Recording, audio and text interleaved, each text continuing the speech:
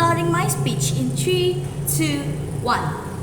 A world where cultural traditions are no longer respected and seen as conventional and ancient things is a world that is messed up. A few years ago, countries around the world started to replace traditional cultures, whether it be houses, clothing, languages, and even ceremonies, with modern lifestyle. At first, it was viewed as revolutionary, a progress that mankind has searched for years and centuries. But upon reaching those technology, something important disappeared from our society. Children no longer speak the languages they should be taught since they are children. Houses, beliefs, traditions are only displayed on museums for the public eyes to see, and this makes us question, is it right to leave cultural traditions dying like this in our society? Good morning, honorable adjudicator, respected opponents, and my fellow debaters that are in the house present today. I am standing before you as the Prime Minister of Government Team, and we are here to declare that we triumphantly support the motion, which is, this House would prioritize preserving cultural traditions even at the cost of slowing social progress. We're delighted to bestow our arguments that support the motion, and we will start by defining the motion. We define the motion as first, preserving can be defined as the act of maintaining, protecting, or keeping something original so it's safe from harm. Second, cultural traditions means long-established customs and ritual passed from one generation to the next within a community. And third, social progress means a society's ability to fulfill its citizens' basic needs.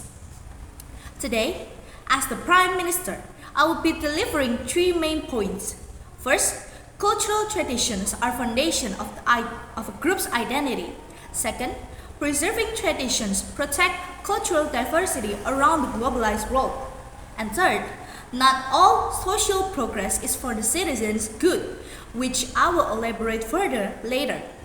Our Deputy Prime Minister will then continue to rebut Leader of Opposition arguments and state two arguments. And lastly, our Government Whip will conclude our debate and convince everyone on this House why we will win this debate. Let's move to my first arguments.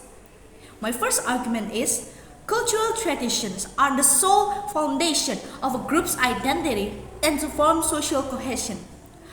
Let's imagine a society without traditions is like a utopia where it all seems good with society equality.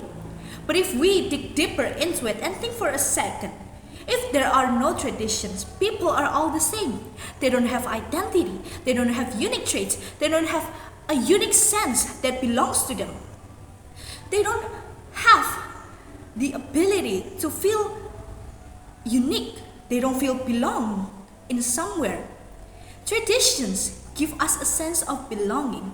They connect ancestors and generations below them, strengthening the community identity and provide moral blueprint that shapes behavior. And imagine if we leave all these traditions behind, society no longer holds strong identity of who they once are.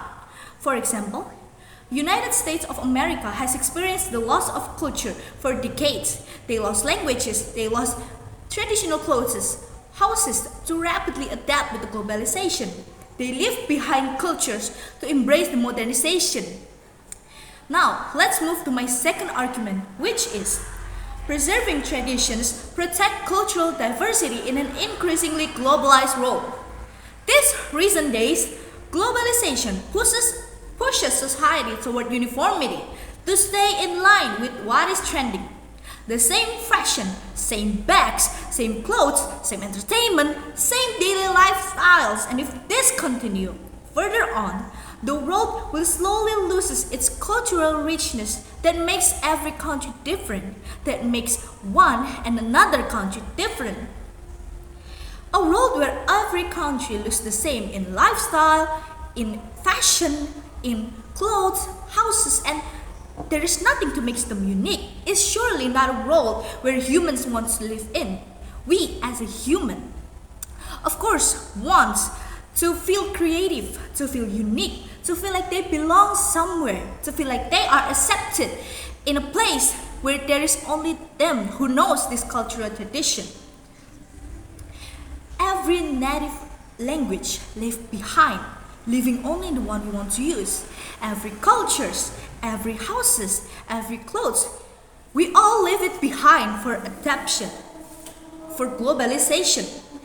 This is cultural erasure and we can't let that happen. In developed countries such as Japan and South Korea, they remain to teach their younger generation with cultural appropriation. In Japan themselves, they have a common curriculum with high expectation for students in cultural appropriation. Now, let's jump on to my last argument. And my last argument is, not all social progress's outcome is for the good of citizens. History has proved thousands, many of times that rapid social change can produce harmful consequences when societies move faster than their moral or cultural readiness. History has proved that if we continue to erase our culture for what we call is a progress, that can be bad for our society. Individualism, loss of respect to senior, lost contacts with family connection, consumerism, and all of those cultures, new modern cultures, are what the modern society has formed us to be. Progress should have community, not erasing the identity that we have formed for centuries by our ancestors. In Amazon itself, loss of tropical primary forests reached 6.7 million hectares, and all that is caused by industrial cattle ranching or illegal mining.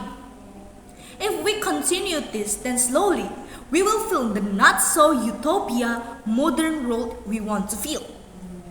Ladies and gentlemen, a tree can only grow tall because its roots are planted since years ago. In the same perspective, societies can only move forward sustainably when they remain connected to their cultural foundations.